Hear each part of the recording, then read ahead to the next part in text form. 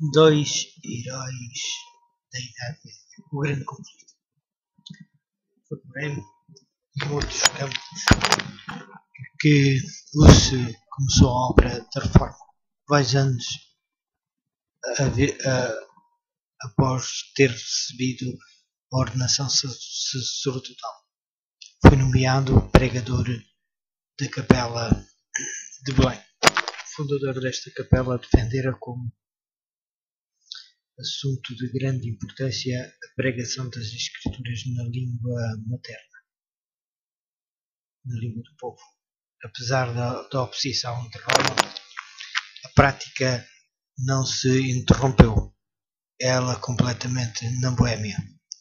Havia, porém, grande ignorância das Escrituras e os piores vícios prevaleciam entre o povo de todas as classes.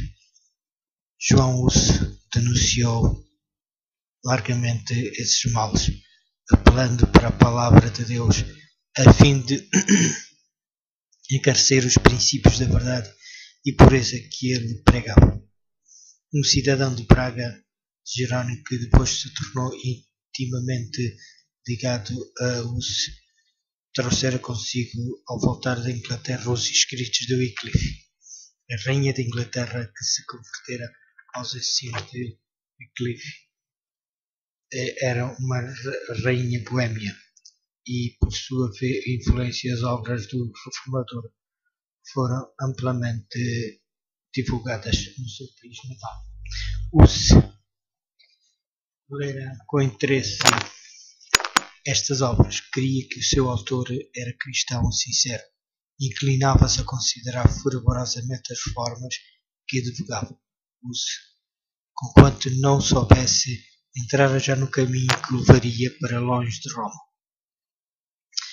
Por esse tempo chegaram a Praga 2 estrangeiros da Inglaterra, homens de saber que tinham recebido a luz e haviam chegado para espalhar naquela terra distante, começando com o ataque aberto à supremacia do Papa. Foram logo reduzidos ao silêncio pelas autoridades, mas não estando dispostos a abandonar o seu propósito, recorreram a outras medidas. Sendo artistas, bem como pregadores, prosseguiram pondo em prática a sua habilidade. Em local franqueado ao público, pintaram 2 quadros. Um representava a entrada de Jesus em Jerusalém, manso e assentado sobre uma jumenta, e seguindo dos seus discípulos descalços e com trajes gastos pelas viagens. Outro reproduzia uma procissão papal, o Papa adornado com as suas ricas vestes e com a tiara montado num cavalo magnificamente adornado,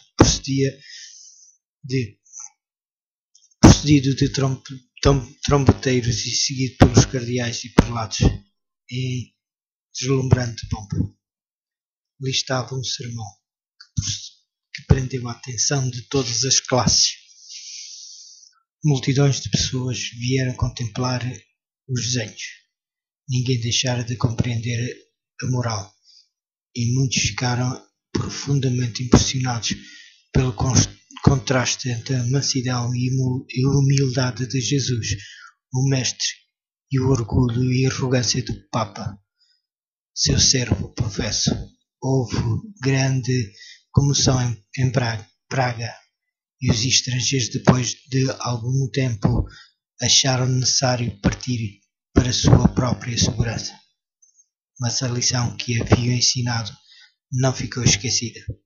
Os quadros causaram grande impressão no espírito de João Husso, levando a um estudo mais acurado da Bíblia e dos escritos de João Husso.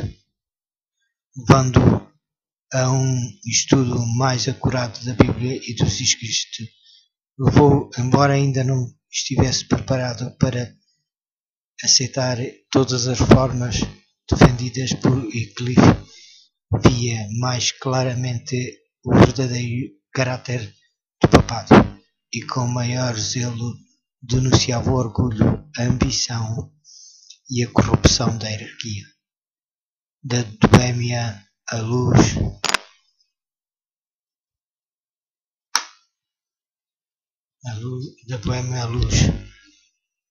estendeu-se à Alemanha, pois, tendo-se dado algumas perturbações na Universidade de Praga, dali se retiraram centenas de estudantes alemães.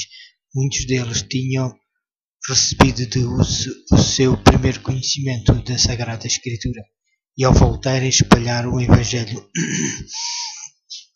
na sua pátria. As notícias da obra de Praga foram levadas para Roma e Hus foi chamado a comparecer perante o Papa. Obedecer seria expor-se à morte certa. O rei e a rainha da Boêmia, a universidade, membros da nobreza e oficiais do governo uniram-se num apelo ao pontífice para que fosse permitido a Hus permanecer em Praga e responder em Roma por meio de delegação. Em vez de atender a este pedido, o Papa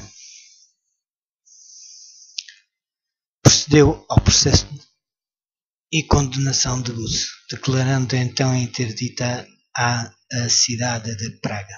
Naquela época, esta sentença, quando quer que fosse pronunciada, despertava alarme geral.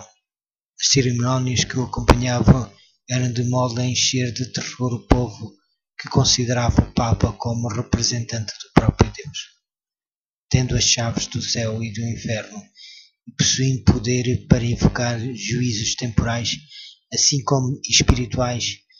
Acreditava-se que as portas do céu se fechavam contra a região atingida pelo interdito, que até que o Papa fosse servido a remover a excomunhão, os mortos eram excluídos das moradas da bem-aventurança, como sinal desta terrível calamidade. Suspendia-se todos os serviços religiosos. As igrejas estavam fechadas. Celebravam-se os casamentos no pátio da igreja. Os mortos negavam-se sepultamento em terreno consagrado. Eram, sem os ritos fúnebres, inundados em fossos ou no campo, assim por meio de medidas que apelavam para a imaginação. Roma buscava dirigir a consciência dos homens. A cidade de Praga encheu-se de tumulto. Uma classe numerosa denunciou-os como a causa de todas as calamidades e rogaram que fosse entregue à vingança de Roma. Para acalmar a tempestade, o reformador retirou-se por algum tempo para a sua aldeia natal, escrevendo aos amigos